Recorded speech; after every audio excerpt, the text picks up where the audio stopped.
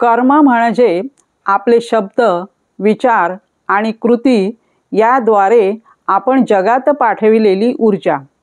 ती आपण सोडलेल्या बाणासारखीच असते. ती लक्ष्यांवर जाऊन आदळते व परत आपल्याकडे येते. परत येणारी ऊर्जा म्हणजे आपले करिअर, आरोग्य, नातेसंबंध आणि दररोज आपल्यासमोर येणारी परिस्थिती म्हणजेच आपले नशीब. आणि आपण केलेल्या प्रत्येक कर्माचा हिशोब ठेवण्यात येतो. तर कार्मिक अकाउंट म्हणजेच कर्माचं खातं काय असतं आणि त्यामध्ये काय जमा होतं याची माहिती आपण आजच्या व्हिडिओमध्ये जाणून घेणार आहोत. नमस्कार, मी प्राध्यापिका पद्मजा पुनसे, निंगोट आपले मनपूर्वक स्वागत करते. आपण जन्मापासून तर मृत्यूपर्यंत जे कोणतेही कार्य आपण करत असतो ते आपले कर्म असतात आणि या कर्माचं एक खातं असतं, त्याला कार्मिक अकाउंट असं म्हटलं जातं. तर ह्या कार्मिक अकाउंटमध्ये काय जमा होतं, तर यामध्ये आशीर्वाद, सदिच्छा, दुआ, गुडविल, ब्लेसिंग्स, ट्रस्ट हे यामध्ये जमा होत असतं आणि याचा आपल्याला आपल्या जीवनामध्ये खूप मोठ्या प्रमाणात फायदा होत असतो.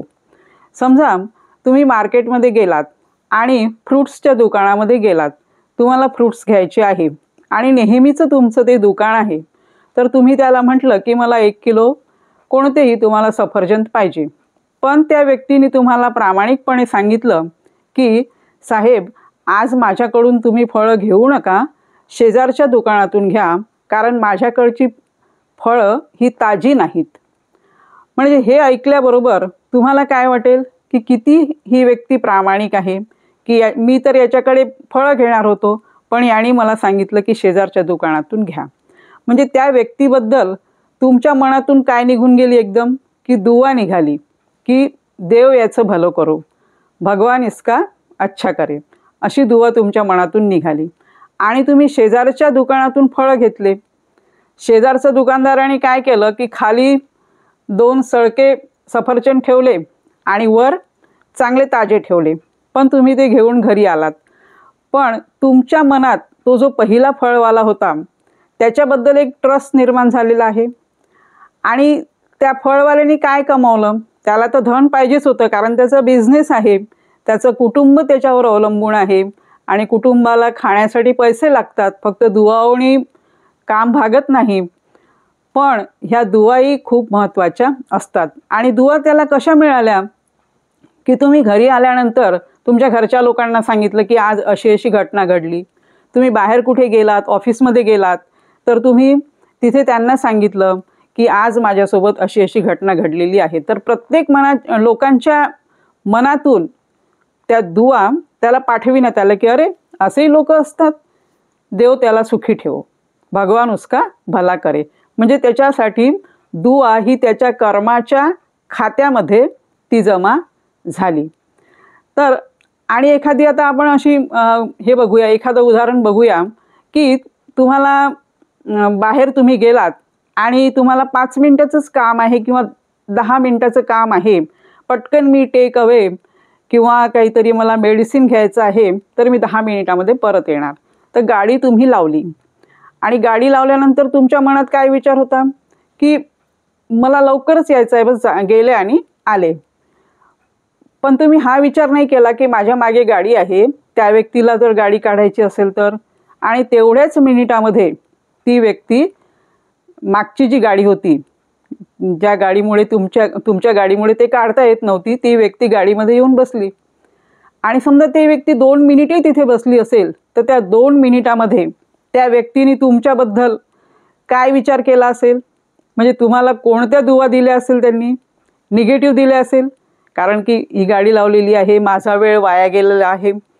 तर त्या व्यक्तीच्या म्हणजे अनवधानाने झालं असं आपण म्हणणार नाही, पण हे जे असतात मग त्याच्या निगेटिव्हज तुम्हाला ज्या मिळालेल्या आहे वेव्ज, त्या तुमच्या कर्माच्या खात्यामध्ये त्या जमा होतात. आणि बरेच वेळा आपल्याला लाईफमध्ये कधी चांगले लोक भेटतात, कधी वाईट लोक भेटतात. आम्ही एक वेळा कर्नाटकच्या टूरवर गेलो होतो. तिथे गेल्यानंतर आम्ही एअरपोर्टवर कोइंबतूरला उतरलो. तर उतरल्यानंतर तिथे एक असं आम्ही टॅक्सी केली. तर तो टॅक्सीवाला, आम्हाला जायचं होतं ईशा फाउंडेशनला, सद्गुरूच्या याला. तर तिथे आम्ही गेलो. तर त्या टॅक्सीवाल्यासोबत माझ्या यजमानांनी बोलणी केली आणि तो चांगला वाटला. तर म्हणून त्याला असं म्हटलं की 6-7 दिवसासाठी तुलाच आम्ही कंटिन्यू करतो. तर तो एवढा चांगला होता की जेव्हा त्याला सांगितलं की आज 6 वाजता सकाळी गाडी पाहिजे, आज 6:30ला सकाळी गाडी हवी आहे, तर तेव्हा अगदी तो त्या वेळेवर गाडी घेऊन तयार असायचा. आणि तो आमच्यासोबत 6-7 दिवस होता. त्याने आम्हाला एअरपोर्टवर ड्रॉप केलं आणि तोपर्यंत त्याने एकही दिवस पेट्रोलला किंवा डिझेलसाठी पैसे मागितले नाही, एकही दिवस नाही.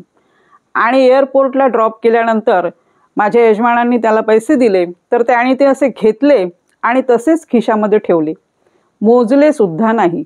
म्हणजे किती ट्रस्ट. आपण इकडे महाराष्ट्रामधलं, तो कर्नाटकमधला, ओळख काहीच नाही, पण तरीही मग त्या व्यक्तीच्याबद्दल आपण किती लोकांना सांगतो की नाही आम्हाला अशी एक ड्रायव्हर व्यक्ती भेटली होती. तर त्या व्यक्तीच्या खात्यात काय होतं की आपल्या ह्या दुआ, आपले आशीर्वाद, आपले सदिच्छा त्या व्यक्तीच्या कर्माच्या खात्यामध्ये हे सगळं जमा होतं. तुम्ही समजा मार्केटमध्ये गेलात आणि एखादी प्लेट विकत आणली, 20-25 रुपयाचीच प्लेट आहे आणि आणल्यानंतर 2 दिवसानंतरच ती चपली. तर तुमच्या समोर ती प्लेट आल्यानंतर तुम्हाला काय वाटतं?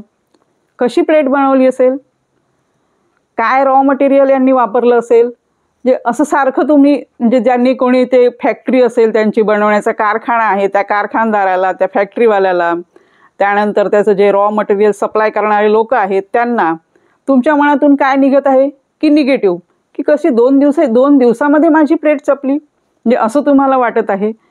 तर ह्या ज्या आपल्या ब्लेसिंग्स असतात, म्हणजे आपण सदिच्छा, दुआ वगैरे म्हणतो, तर ह्या आपल्या कर्माच्या अकाउंटमध्ये, कार्मिक अकाउंटमध्ये, कर्माच्या खात्यामध्ये जमा होतं असतं. आणि बरेच तुम्हाला सुद्धा असे उदाहरणं आलेले असेल. आणि आम्ही एक वेळा जम्मू काश्मीरला गेलो होतो. तिथलं एक सांगते तुम्हाला, म्हणजे सत्य परिस्थिती आहे ती, की तिथे गेल्यानंतर आम्हाला J&K टुरिझम हॉटेलमध्ये आमचं तिथे बुकिंग होतं आणि आम्हाला ते दिसत नव्हतं. तेव्हा बरेच वर्ष झाले त्या गोष्टीला, आता 10-15 वर्ष. आणि तेव्हा GPS वगैरे असं अँड्रॉइड फोन वगैरे नव्हते. तर एका व्यक्तीला विचारलं की ये रस्ता कहाँ जाता है, हमको जाना है यहाँ J&K टूरिज्म डेवलपमेंट के हॉटेल में. तर त्याने म्हटलं आम्हाला की ऐसा करो बोले आप मेरे पीछे पीछे आ जाओ. तर आम्ही त्याच्या मागे गेलो. तो स्कूटरवर होता, त्याची स्कूटर समोर आणि आमची गाडी मागे. 7 किलोमीटर दूर गेलो. तिथे त्यांनी आम्हाला ते दाखवून दिलं की हे तुमचं हॉटेल आहे. आणि आम्ही त्याला सहज विचारलं की आप यहाँ ही रहते हो क्या? तर त्यांनी म्हटलं की नाही, जहाँ मैं खड़ा था ना, मैं वहाँ ही रहता हूँ. म्हणजे त्या व्यक्तीनं आमच्यासाठी 7 लिटर दूर येण्यापर्यंतचं पेट्रोल खर्च केलं. काहीही ओळख नाही, जम्मू काश्मीरचा व्यक्ती, पण त्यासाठी मग आपल्या मनातून सारखं काय निघत आहे की दुआ, की देव त्या व्यक्तीचं भलं करो, त्याचं नेहमी चांगलंच हो. तर ह्या ज्या दुआ असतात आपल्या एकाच्या मनातून दुसऱ्याच्या मनात, ह्या अशा आपोआप पाठवल्या जातात. त्याच्या वेव्ज असतात, सकारात्मक वेव्ज. तर त्या आपोआप पाठवल्या गेल्यानंतर त्या सगळ्या म्हणजे कॅरी फॉरवर्ड होतात इथे आणि त्याचं रेकॉर्डिंग इथे होतं आणि ते सेव्ह होतात. आणि मग आपण त्याला म्हणतो की, म्हणजे आपण म्हणतो ना नेहमी की जसे कर्म करणार आहेत तसंच आपल्याला फळ मिळणार आहे. एखादी विपरीत घटना घडली तर आपण बरेच वेळा बघितलेलं आहे की त्या समजा विपरीत घटनेमध्ये बऱ्याच लोकांना काहीतरी होतं, पण 2-4 व्यक्तींना काहीच होत नाही, त्यांना काही कुठे लागत नाही, काहीच नाही, अगदी ते चांगले असतात. तर हे त्यांचं कर्माचं फळच असतं. कुठेतरी त्यांनी चांगले कर्म केले असेल, त्यांच्या रेकॉर्डमध्ये त्यांचं जे अकाउंट आहे त्यामध्ये ते जमा असेल आणि म्हणून त्यांना हे चांगल्या कर्माचं फळ तिथे त्यांना मिळालेलं आहे. जसं आपलं बँकेमध्ये अकाउंट असतं, आपल्या बँकेमधल्या अकाउंटमध्ये जर जास्त पैसे असेल तर आपण तसं त्याप्रमाणे प्लॅनिंग करतो आणि कमी पैसे असेल तर त्याप्रमाणे आपण छोटं प्लॅनिंग करतो. तसंच आपलंसुद्धा हे एक म्हणजे सदिच्छा आशीर्वाद, दुआ, ब्लेसिंग्स, ट्रस्ट, गुडविल याचं असं एक कर्माचं अकाउंट असतं. ते आपले चांगले कर्म असतात. आणि जर तुमच्या हातून काही दुष्कर्म झाले असेल तर त्याचंही अकाउंट असतं. तर त्याही कर्माचं फळ आपल्याला मिळतच असतं. तर म्हणून आपले कर्म आपण हे नेहमी चांगलेच ठेवतो. त्यासाठी आपण परमेश्वराचं ध्यान करतो आणि परमेश्वरच आपल्याला तशी बुद्धी देतो. तर असेच हसत राहा, आनंदी राहा. पुन्हा भेटूया माहितीपूर्ण व्हिडिओसोबत. तोपर्यंत नमस्कार.